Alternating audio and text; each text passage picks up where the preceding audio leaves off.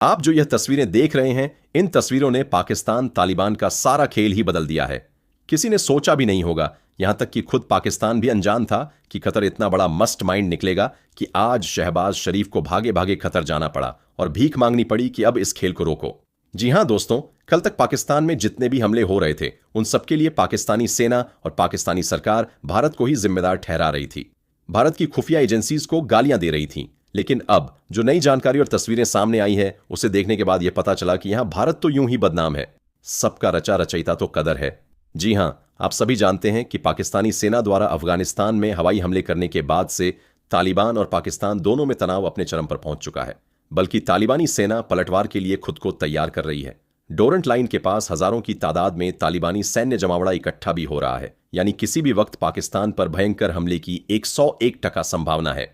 तालिबान इसलिए भी गुस्से में है क्योंकि पाकिस्तान ने न सिर्फ रमजान के पवित्र महीने में तालिबान के मदरसों पर बमबारी की, बल्कि इस हमले में एक ही परिवार के 17 लोग मारे गए, जिसकी दुनिया भर में आलोचना हो रही है। वहीं पाक मीडिया का यह भी दावा है कि पाकिस्तानी सेना इस हमले में बुरी तरह से फेल साबित हुई, क्योंकि वो इस हमले में तहरी तालिबान के किसी भी बड़े कमांडोर को मार नहीं पाई, उल्टा मासूम लोगों की ज्यादा जाने गई। अब तालिबान के जवाबी हमले के डर से ही पाकिस्तान घबराया हुआ है और इसी बीच वजीर आलम शहबाज शरीफ अचानक से कतर भाग गए, जो कि और शौक करने वाली बात है। अब शहबाज कतर भागे, इसके पीछे भी बड़ा कारण बताया जा रहा है।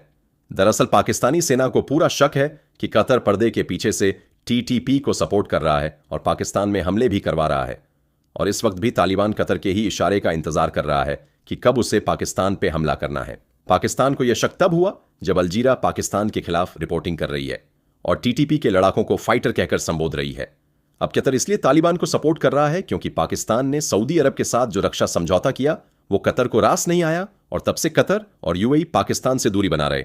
यही नहीं तो पाकिस्तान कतर से वादे के मुताबिक एलएनजी गैस भी नहीं खरीद रहा है, जिससे दोनों देशों के रिश्तों में तड़की देखी जा रही है। इसलिए कतर को शांत करने के लिए अब शहबाज शरीफ 2 दिन की कतर यात्रा पे गए हैं और कतर के प्रिंस अमीर अल थानी से मुलाकात करके तालिबान को रोकने का प्रयास करेंगे। अब शहबाज कतर ही इसलिए भागे क्योंकि तालिबान का कतर में राजनिक कार्यालय भी है और तालिबान कतर की सुनता भी है, और इससे पहले कतर ने ही तालिबान और पाकिस्तान के बीच मध्यस्थता भी कराई थी।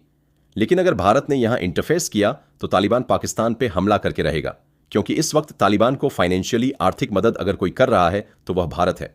तो पाकिस्तान को डर यह भी है कि कतर को मना भी लिया तो भी भारत को कैसे रोके, क्योंकि भारत पाकिस्तानी एयर स्ट्राइक की पहले ही निंदा कर चुका है और पाकिस्तान के लाख कहने के बावजूद कतर की इतनी हिम्मत नहीं हुई कि वो भारत को सिंधु जल संधि को फिर से लागू करने के लिए मना सके।